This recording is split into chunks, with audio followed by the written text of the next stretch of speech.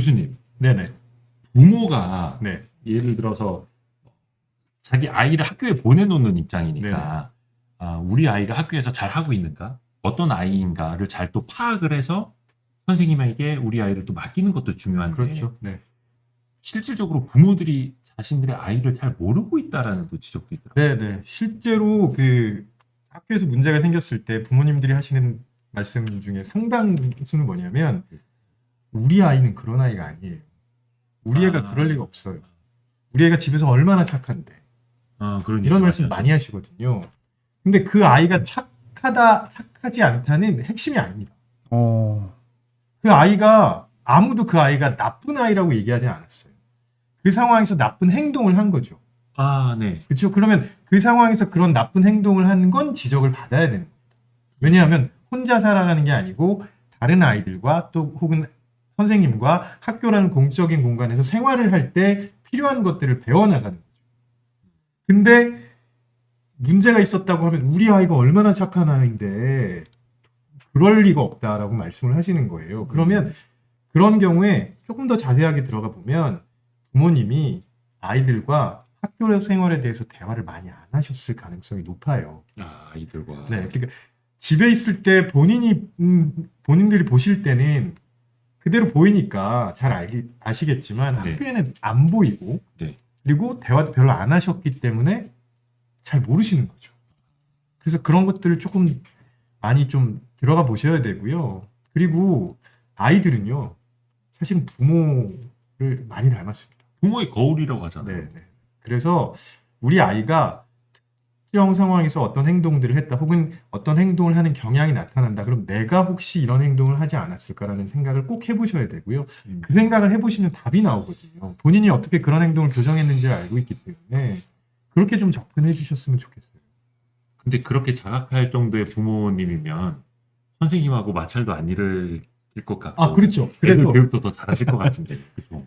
맞는 말씀이고요. 그래서 이걸 들으시고 그렇게 한번 해보시는 게 어떨까요?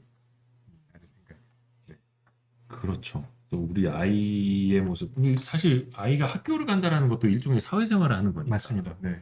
믿고 맡겨야 되고, 부모가 또 아까도 어떤 분이 써주셨는데 부모는 제1의 선생님이라고, 가정에서의 선생님인데 우리 부모들은 과연 가정에서 선생님의 역할을 잘 하고 있는가 또 돌아봐야 될 테고. 근데 되게 재밌는 게요. 아이들이 사회생활을 시작하는 나이는 예전보다 굉장히 어려지고 빨라졌습니다. 예전에는 그 초등학교 갈 때 사회생활을 처음 시작하는 아이들도 되게 많았어요. 근데 요즘은 만 1살만 지나면 어린이집을 보내기 시작합니다. 네. 그러니까 사회생활을 시작하는 나이, 뭐 물론 그걸 사회생활이라고 할 수 있느냐, 그건 뭐 또 다른 얘기지만 공동체에서 생활을 하는 시작하는 나이는 되게 빨라졌는데 네. 부모님들은 훨씬 더 많이 개입을 하려고 하는 거죠. 사회생활은 아까 말씀드렸던 것처럼 좀 떨어뜨려줘야 되는데 네. 빨라지고 더 많이 개입. 이렇게 되지 않나 하는 생각이 듭니다. 이 교육, 교권, 학교 얘기하면은 항상 부딪히는 문제가 있습니다. 한계라고 할 수 있겠죠. 내가 겪은 게 전부예요. 그래서 내가 초등학교 6년, 중학교, 고등학교 6년에서 총 대략 12명의 담임 선생을 이제 접합니다. 네. 그리고 그 외에도 다른 교과 선생님들까지 합하면은 이 세상 모든 교육 문제는 거기서 그냥 그게 전부예요. 그러다 보니까 각자가 느끼는 게 당연히 다를 수밖에 없습니다. 결국은 지금 현상에 대한 어떤 진단도 다를 수밖에 없고 겪은 게 다르다 보니까. 근데 그렇죠. 문제는 내가 겪은 건 아주 일부기 때문에 다른 사람 말도 들어보자라는 태도로 나와야 되는데 그냥 내가 이렇게 겪었으니까 다 이게 정답이고 이렇게 해야 돼. 각자가 그런 생각을 다 하기 때문에 결국은 하나의 정답을 찾는 것은 사실상 불가능이 아닌가 이런 생각이 들어요. 하나의 정답이라는 게 사실 있기도 어렵고. 네. 근데 이제 어찌 보면은 앞으로 더 심해지면 심해졌지. 이 문제가 과연 조금이라도 해소되거나 아니면 줄어들 수 있겠느냐. 점점 더 첨예해져서 갈등이 궁극적으로는 아까 제가 말씀드렸던 다들 이제 너무 이상한 미래라고 생각을 하실지도 모르겠습니다만 스승이라는 단어 자체가 사라지는 네, 그런 그런 미래가 거의 정해져 있는 거 아닌가. 스승의 날에만. 나는 아주 대단히 이걸 비관적인 전망이라도 볼 수 없을 것 같아요. 그냥 정해진 길이 아닌가 싶어요. 현실이죠. 그 보니까 선생님들도 계속해서 학교를 떠나고 있고 아까 뭐 공무원들도 떠난다고 이야기를 좀 해주셨습니다만은 교사도 최근에 5년간 퇴직한 교사를 보니까 47,900여 명.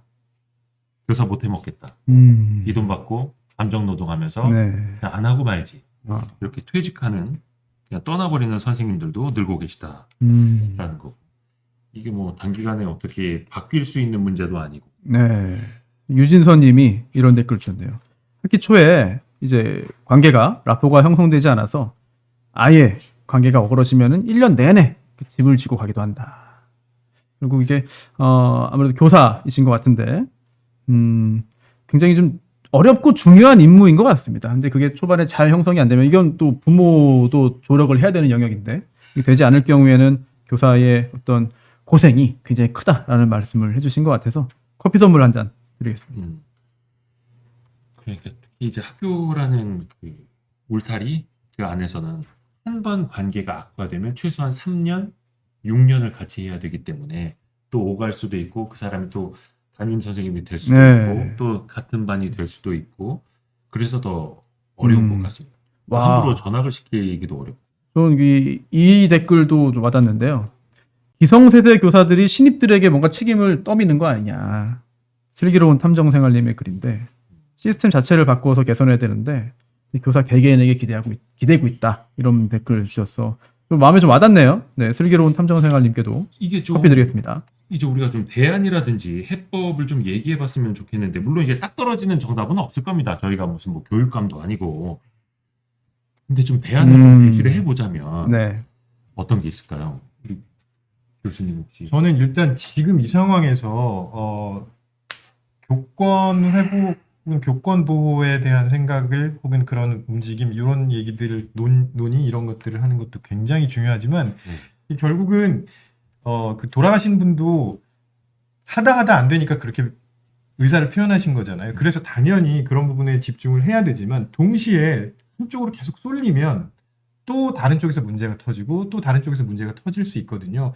좀 중심 잡을 필요가 있지 않을까 싶고요. 이거는 당연히 가야 되지만 왜냐하면 이게 잘못하면 절대 발생하지 않아야 되는데 이게 잘못하면 학부모와 선생님 간에 마치 막 대립관계가 형성되는 것 같은 그런 생각을 하게 만들 수도 있거든요. 이건 그것과는 전혀 상관없는 그렇죠. 문제예요.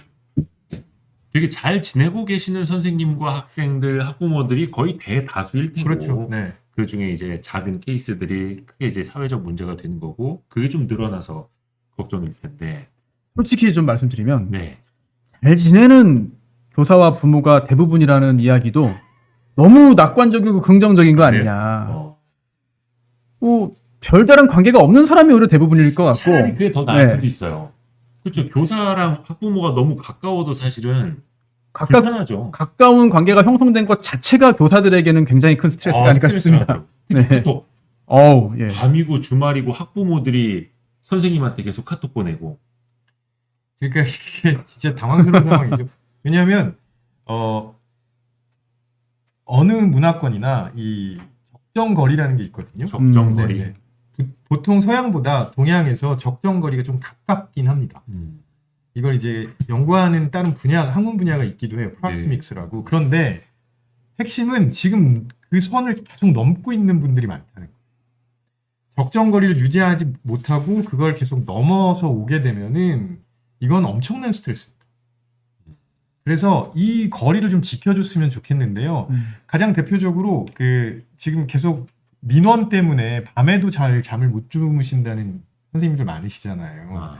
이 휴대전화를 그냥 다 노출시켜서 그런 게 아닌가 싶어요. 선생님과 학부모는 아까 말씀하신 것처럼 이렇게 막 너무 개인적으로 가까워야 하는 사이는 아닌 거잖아요. 그러면 선생님과 학부모로서의 적정한 거리를 서로 지킬 수 있을 만큼의 관계를 맺으면 됩니다. 이건 꼭 학교에서만 적용되는 건 아니에요. 우리나라가 너무 그 공감을 강조하다 보면은 왜 회사에서도 다 친구처럼 지내, 가족처럼 지내 불가능한 얘기예요. 요즘에는 회사에서 어떻게 그렇게 지내? 채용할 때 가족 네. 같은 회사 이러면은 절대 안 간다고. 그럼요. 큰일 납니다. 네.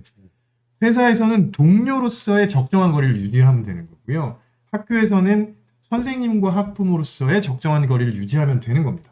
아, 적정한 네. 거리. 그러면은 근데 요즘에 학부모들이 또 특히 초등학교는 선생님 핸드폰 번호를 아는 게 당연하다고 생각을 하더라고요. 저는 그건 좀 아닌 것 같아요. 네. 이렇게 막 요즘엔 학부모 반 모임 단톡방, 그 단톡방에 선생님을 같이 초대하기도 하고, 그 선생님 얼마나 괴롭겠어. 그렇죠. 업무 시간이 끝나질 않는 거죠. 24시간인 거죠. 참 이게 좀 모순적이에요. 그러면은 그렇게까지 선생님을 끌어들이고 선생님과 함께 하고 싶어 하면서 그러면은 사교육 없이 모든 것을 공교육에 이전하고 공교육에서 가르치는 것만 가지고 하느냐? 그렇지도 않거든요. 실제로 뭐 큰 돈 주고 돈 훨씬 많이 주고 배우는 거는 사교육에 의존하고 그걸 따르고 그것만 믿으면서 막상 이렇게 함께 지낼 때는 또 공교육 영역의 선생님에게 이렇게 의존을 하고 부담을 준다면은 이건 굉장히 모순이 아닌가 그런 생각이 듭니다. 근데 지금 우리가 그 현상을 분석하는 게 아니라 지금 해답을 찾겠다고 지금 했는데 예, 찾아주세요. 아니 저는 사실 아까 대단히 비관적인 말씀을 드렸기 때문에 예. 더 이상 드릴 말씀이 없어요. 해답이 없다.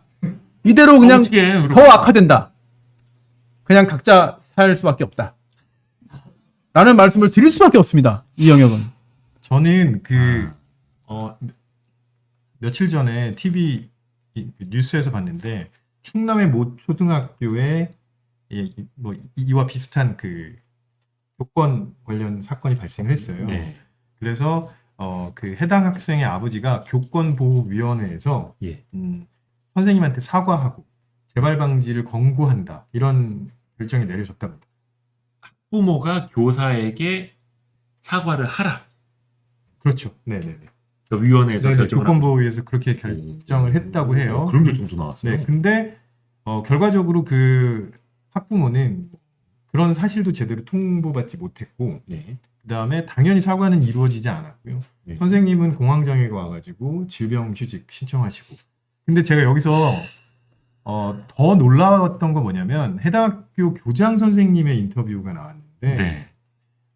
진짜 그렇게 사과받고 싶으면 경찰에 신고해라. 이렇게 말씀을 하시더라고요. 이게 저는 아이고. 왜냐하면 분명히 이런 사건이 계속 발생하게 되면 우리나라에서는 또 이건 법으로 제정해야 된다라는 얘기가 나올지도 모릅니다. 근데 언제까지 계속 법으로 해야 되느냐. 이거는 사실은 좀 적절하지 않거든요. 우리나라가 이제 참 법을 좋아해요. 변호사님 괜찮으신 거 아닌가요? 수입이 네. 더 안 우리나라 사람들 솔직히 법을 잘 안 좋아합니다. 좋아요. 그래요? 네, 법 안 법대로 하자고 좋아하고 막 그러잖아요. 법을 잘 몰라요. 사실은 몰라요. 예, 아니 잘 몰라요 진짜로. 아니 근데 예. 이게 학교 울타리 안에서 일어난 일을 자꾸 막 법으로 하자고 그러면 사실 이것도 좋은 거는 아니잖아요. 근데 이것도 사실 예. 관점에 따라서 완전히 다를 수 있죠. 왜 학교에서 이렇게 인정과 정과 사랑과 관계로 이어진 이 공동체에 왜 법을 끌어들이냐라는 의견도 충분히 존중할 수 있고 또 반대로 오죽하면 이게 일이 이렇게 됐겠냐 이제부터 정확하게 따져서 하자라는 의견도 틀린 건 아니거든요. 맞습니다. 저는 거기서 변호사님의 오죽하면이라는 표현이 굉장히 중요하다고 생각해요. 그러니까 오죽하면 제가 뭐 잘한 건가요? 네. 그렇게 법은 될 최후의 스타일이니까. 그러니까 그렇게 될 때까지 그 관련된 분들이 아무도 적절한 행동을 취하지 않았다는 거예요. 그러니까 사실은 교권을 보호하려면 학부모도 중요하고 선생님도 중요하고 교육 전문가도 중요하고 이런 분들이 모여서 의논을 하는 과정이 왜 없었냐는 거죠. 이게 지금 이 사건 때문에 불거진 문제가 아니에요. 이미 계속 이런 문제가 발생해 오고 있었거든요. 그렇죠. 근데 한 분이 돌아가시고 뭐 이러면서 공론화가 되니까 그러니까 오죽하면이라는 표현이 나오는 거죠. 그래서 그 전에 최소한 이미 전문가들은 혹은 관련자들은 알고 있었어요. 그런 논의가 먼저 시작돼야 되지 않느냐. 계속 법대로 해라 이게요. 사실 변호사님 말씀하신 것처럼 법을 잘 몰라서 그렇다는 게 저는 와닿는 게 뭐냐면 법대로 해라라는 말을 동시에 양쪽에서 해요. 그러면 이 사람이 생각하는 법하고 이 사람이 생각하는 법하고 다른 거예요. 그러니까 그냥 내가 원하는 대로 해석하고 있을 뿐인 거죠.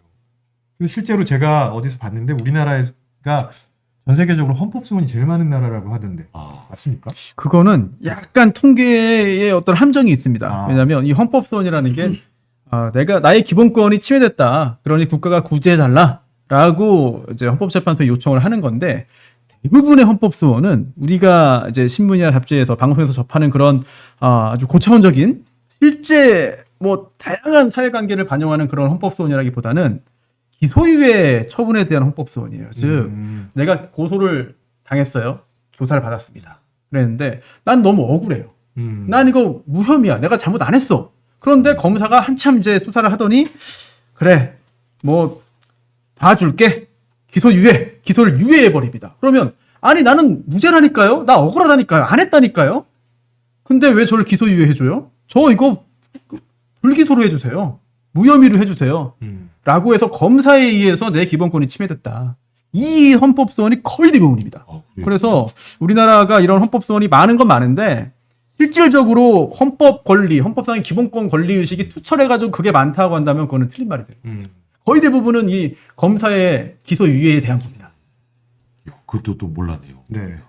저는 기소유예만 돼도 뭐 법정 안 가니까 그렇긴 한데 좋게 생각할 아니 줄 입장을 알았는데. 바꾸고 보면은 예를 들어서 이 노트북을 훔쳐갔다고 누명을 썼습니다. 응. 너무 억울한 거예요. 아, 너무 억울해. 그거 자체가 싫다. 네, 나는 아니 내가 왜 기소유예? 왜 나를 봐줘? 내가 안 했는데 아, 억울한 거죠. 봐줄게도 싫다. 그럼요. 네. 왜 나를 봐주냐? 내가 안 했는데 안 했다고 해라. 거의 대부분이 그렇습니다. 아이고. 저는 그런 생각도 해봐요. 얼마 전에도 요직에 있는 동생들 좀 만날 일이 있었는데 제 주변에도 선생님이 꽤 많이 있어요. 저희 처남도 교사 부부. 얼마 전에 뭐 학교 후배들이나 이렇게 볼 때도 그 친구들이 그런 이야기를 해요. 형 요즘 학교 선생은 그냥 서비스 업자예요. 학부모들이 애를 학교 보내다 생각하지 않고 그냥 서비스 업자한테 좀 뭐라 해야 되나 잠시 맡긴다? 라고 생각을 해요. 그러니까 우리도 그냥 서비스 업자처럼 일을 해요. 근데 그게 되게 슬프더라고요. 근데도 이게 또 엄연한 현실이에요. 이걸 우리가 시간을 되돌릴 수도 없고 이 문화를 바꿀 수도 없고 그러면 어떻게 해야 되지? 서비스업이니까 서비스업 고객님을 대하듯이 서비스업을 하듯이 해야 되나? 근데 약간 그런 생각도 하거든요. 서비스업 마인드로 고객을 대하면은 사실은 문제가 안 생기죠. 아니 근데 또 그런 것도 있어요. 요즘에는 서비스업 할 때도 콜센터에서 고객이 심한 말을 하면 먼저 전화를 끊는 것도 이제 네. 제도화 하고 있잖아요. 그런 그런 제도가 거죠. 필요하다고 생각합니다. 그렇죠. 근데 네. 그런 거죠. 예를 들어서 학생이 말썽을 부려요. 그럼 학부모한테 연락을 해서 고객님 자녀분 데려가세요. 근데 그렇게 해야 되나? 라는 생각도 해봤어요. 근데 그건 사실은 아닌데 네. 이게 우리 어릴 적만 하더라도 부모님들이 자녀 걱정을 했던 게 학교 가서 선생님한테 혼날까봐 친구들한테 싸울까봐 매 맞을까봐 그래서 선생님 말 잘 들어라 해주시는 말씀 잘 적어라 하잖아요. 그게 내 자식 손해될까봐. 근데 인간은 누구나 그 본인의 이기심으로 움직이는 거지 않습니까? 물론 제가 너무 이게 자본주의를 가져와서 여기서 빗대는 것 같아서 좀 죄송하긴 합니다만 그러면 이 아이들도 그렇고 학부모도 그렇고 내 아이들이 학교 가서 불이익을 받을 수도 있다. 교권을 침해를 했을 때 우리 가정과 우리 아이에게 불이익이 될 수도 있다라는 게 한번 또 심어지면 더 거기에서 조심하고 서로를 좀 존중하려 하지 않을까? 서로의 권위를 침해하지 않으려고 선을 지키지 않을까? 그러니까 예를 들어서 저는 그런 생각도 해봤어요. 그러면 선생님이 서비스업자라면 그거에 대한 평가도 선생님이 할 수 있다면 예를 들어서 시험 성적 말고 그 아이의 학교 생활, 교우 관계, 학습 태도에 대해서 내신 평가를 만약에 이 선생님이 해줄 수 있다면 그게 조금 그 논란이 논란은 될 수 있어요. 왜냐하면 그게 이제 초등학교는 아닌데 그 뭐 고등학교 형평성, 가면 공평성 뭐 나오겠죠. 학생 그거랑 예, 연결이 학생 기록부. 네. 그래서 물론 그 고민을 해봐야 되는 문제이긴 하고요. 저는 당장은 조금 전에 하신 말씀처럼 그 콜센터의 그 상담원이 그냥 전화를 끊을 수 있게 해주는 것처럼 예를 들어서 학부모 중에 지금 사례 나오는 거 보면 수업 중인 교실에 찾아와서 행패를 부린 사례도 있거든요. 그러니까 이거는 사실 제도적으로 막을 수 있는 거예요. 그러니까 항의를 할 일이 있을 수 있죠. 그러면 그러니까 학생들이 수업이 끝난 후에 해야 되는 거고요. 그 중간에 그렇게 찾아가게 하는 건 제도적으로 좀 막았으면 좋겠어요. 그런 거 몇 개만 막아도 훨씬 낫지 않을까. 아까 리치봉님이 문신 잔뜩 하시고 우리의 괴롭힌 애 불러달라고 수업 중에 찾아온 그러니까 사람도 있다고. 네네. 어, 이거는 어떻게 해야 돼? 이런 분 찾아오면. 이게 문제가 뭐냐면요. 그걸 당한 선생님뿐만이 아니라 예. 그 반에 있는 다른 학생들도 굉장히 상처를 많이 받았어요. 충격이죠. 네. 진짜 그거는. 근데 정말 어떤 해코지를 할 거면 할 생각이 있었거나 할 수 있었다면은 교실로 안 올 것 같아요. 아니 근데 이게 그런 거 혹시 겪어보지 않으셨어요? 우리 어릴 적만 하더라도 그 김연아법 이런 거 생기기 전에 스승의 날 선생님한테 막 선물해 드리고 뭐 스카프를 해드리네, 뭐 손수건을 해드리네, 그 선생님한테 식사 대접하고 우리 어릴 적만 해도 그랬거든요. 저희 부모님도 선생님도 모셔다가 횟집에서 식사 대접하고 막 이랬거든요.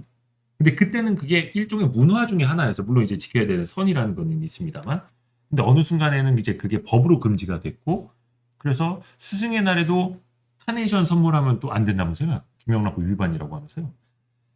그래서 더 뭔가에 이 대가를 지불하거나 잘 보이려고 하는 것보다는 더 이제 따지고 드는 것만 더 많아지지 않았을까. 법을 되돌릴 수는 없는 것 사실 그 교육의 이념이 무엇인가에 대한 근본적인 질문에 대한 답을 찾아야 뭐 이제 유아 교육, 초등 교육, 중등 교육이 다 다르겠습니다만 아까 두 분께서 말씀하신 생기부에 뭘 적어서 직접적인 불이익을 줄 수 있는 권한을 보장해서 말을 듣게 만든다. 이것도 저는 뭐 최후의 수는 저는 일부 찬성을 합니다만 거기에서 벗어나 있는 학생들이 굉장히 많아요. 네. 모두가 대학교를 가기 위해서 그래도 소금 부급을 끌어도 겉으로라도 어떻게 말 듣는 척이라도 한다? 제가 볼 때 그거는 일부라고 봅니다. 일부. 신경조차 예, 일부. 그리고 정말 문제를 야기하는 학생들은 그 대부분의 거기에 그런 거를 전혀 무서워하지 않는 학생들이지 않을까라는 생각도 들어요. 그래서 어떤 하나의 대책을 찾는 거는 어려운 일이다. 뭐 하나를 찾기 위해서 노력하는 거는 사실 큰 실익은 없을 것 같고 그래도 효과가 있을 만한 것들을 여러 개를 좀 찾아보는 노력이 필요하지 않을까라는 생각도 듭니다. 그렇죠. 그런데 대부분의 경우에 이런 문제를 관심을 갖고 뭔가 결정을 하고 논의를 하고 법과 제도를 만들고 정비할 수 있는 사람들, 그렇게 하는 사람들은 공부를 잘했거든요. 공부를 잘했어요. 열심히 했고 또 주변 사람들도 공부를 다 열심히 했고 잘했어요. 지금도 잘하고 있고 결국은 공부에 대한 불이익, 진학에 대한 불이익을 주면은 뭔가 될 것이다라는 착각을 하는 거죠. 조금 전에 박지선님이 글 하나 올려주셨는데 저는 20년도에 1급 정교사 연수 들으러 가서 들었던 말 중에 아이들 머리 빗겨주다가 엉킨 머리에 빗질해서 아이가 아프다고 했다면 신체적 아동 학대가 될 수 있다. 왜? 아이가 아프다고 했습니까? 라고 강사님이 말씀하셨던 거 아직도 기억하고 잊을 수가 없어요. 하지만 법적으로 보자면은 뭐 굳이 좀 진지하게 접근하면 한 번 그렇게 했다고 해서 학대가 되지는 않고요.